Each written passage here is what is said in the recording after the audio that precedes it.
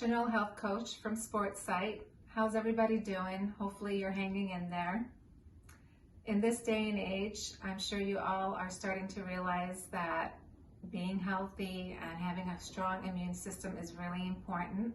We're starting to learn that those hardest hit by the coronavirus are those that are immune compromised, have respiratory illnesses, diabetes, cancer. So last week I talked about how to strengthen your immune system. This week I'm going to talk about foods that can actually weaken your immune system. There are many foods that can weaken your immune system, and the list is actually really long.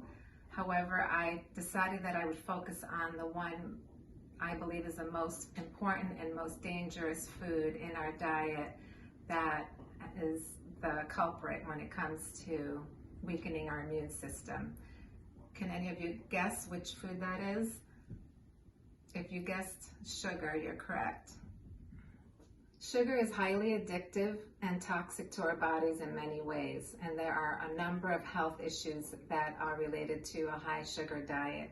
Those include headaches, brain fog, migraines, obesity, diabetes, inflammation in the form of aches, joint aches and pains, heart disease. You're at a higher risk for heart disease and stroke, liver disease, and then finally cancer. Cancer loves sugar, it feeds on it.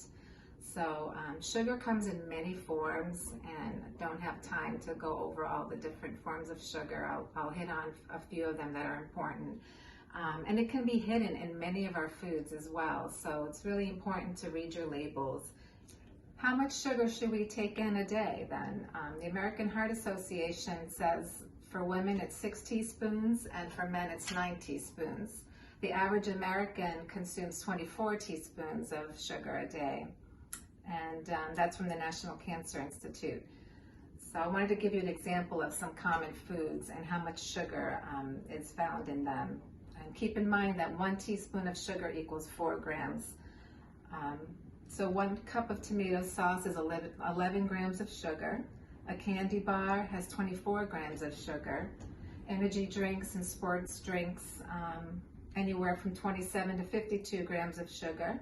A cup of vanilla ice cream, and that's just 1 scoop, is 24 grams of sugar. Most people have 2, and that's, you're maxing out on your sugar intake for the day just with that 1 ice cream.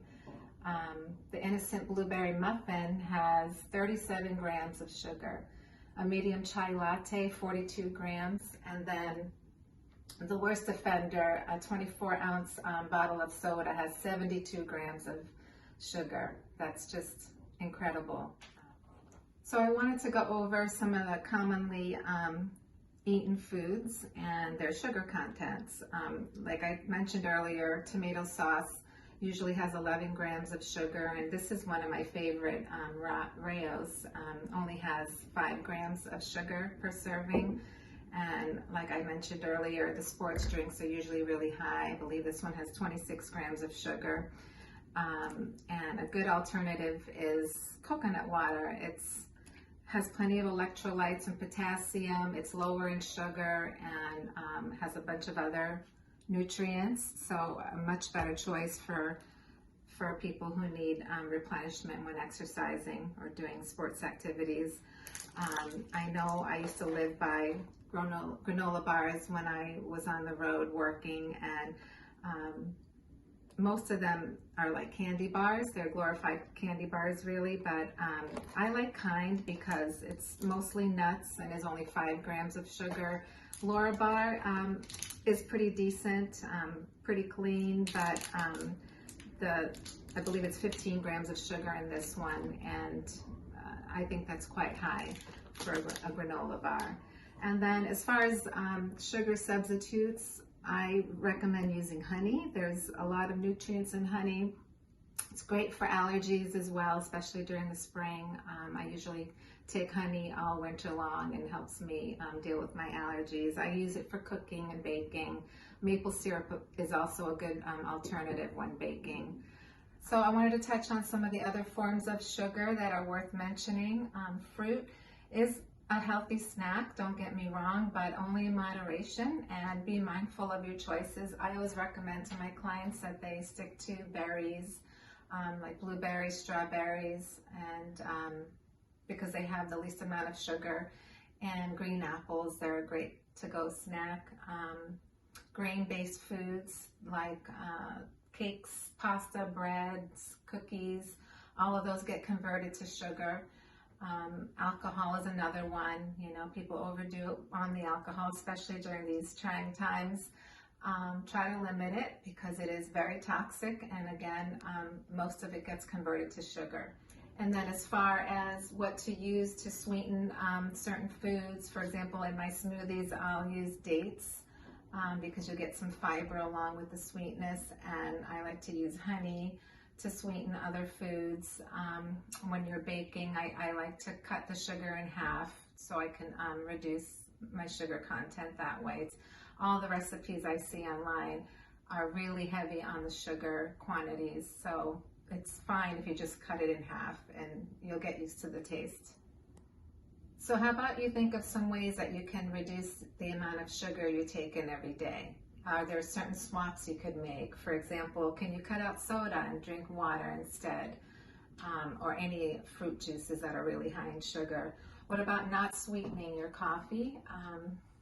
Or instead of reaching for something sweet to snack on, how about a handful of nuts? They'll keep you full longer and have lots of health benefits, nutrients and minerals.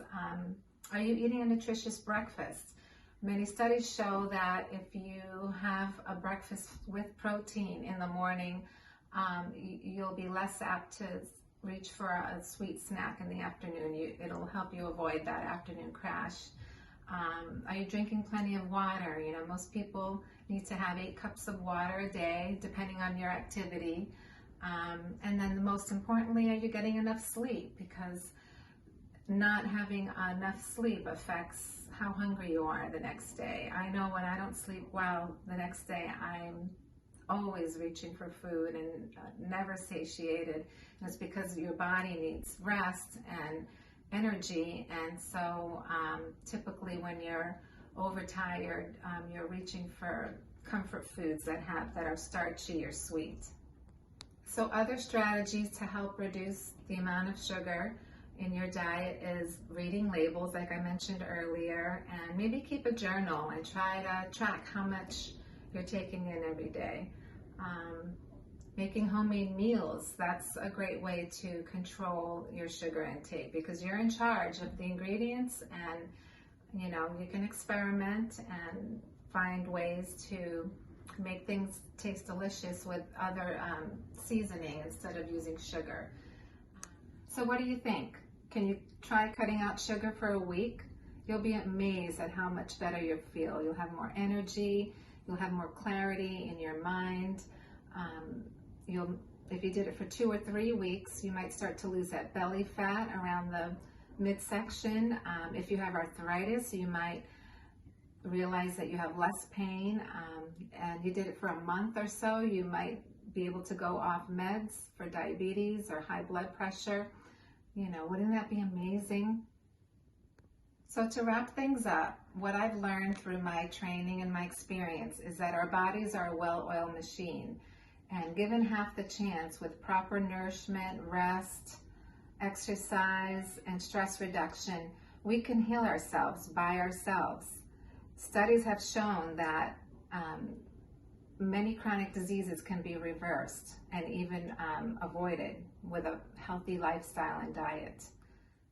I know I gave you a lot of information today, and what I think the best approach is just to take a few of my recommendations. You know, start out slow. Long-term success can be realized, but you need to give it about 2 months for habits to become automatic. So commit to your goals, write them down on a piece of paper, keep it simple, and you know, stick with it. You'll start to see improvement in other areas of your life, and it's a ripple effect. You'll be amazed how you'll start to feel better. You'll want more. You'll commit to more, and you'll see a lot of improvement in your health. Thanks again for tuning in. If you'd like to see some of my recipes, I have some great recipes for low sugar and other healthy recipes on my website. It's www.bellavitahealthwellness.com. I also talk about other services that I offer, and you can find that link under this video. Thank you.